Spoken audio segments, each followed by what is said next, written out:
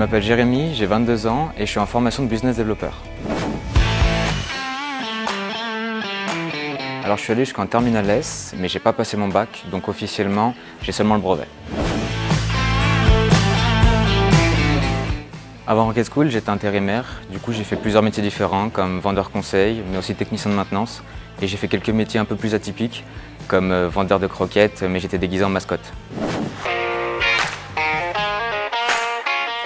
On va dire que j'aimais bien le métier de la vente, mais je me suis rendu compte qu'en magasin, l'évolution allait être très difficile. Et un jour, du coup, je suis tombé sur un communiqué de presse de la Rocket School et je me suis dit, pourquoi pas moi. Alors je dirais en premier la découverte du digital. On apprend à utiliser beaucoup d'outils et finalement notre PC devient un peu notre meilleur ami. Alors deuxième point, je dirais l'apprentissage par itération. On répète les mêmes process pendant les 4 challenges qui durent 3 mois et finalement ça devient un réflexe pour nous. Et le troisième point, je dirais la découverte de soi-même. On fait beaucoup de tests pour se connaître mieux, pour se connaître aussi à travers la vente.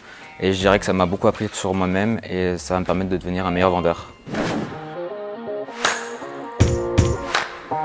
Alors du coup, ma mission chez Yopbox, ça va être de gérer tout l'aspect commercial. Du coup, ça va démarrer sur de la création de personnalités. Donc à partir de ces personnalités, je vais créer plusieurs listes que je vais segmenter. Et à partir de là, du coup, je vais lancer quelques campagnes de prospection par différents canaux, comme LinkedIn, par mail ou aussi par téléphone. Alors je dirais de foncer, parce que moi j'avais pas d'expérience et finalement ça se passe super bien et je me plais beaucoup dans mon métier.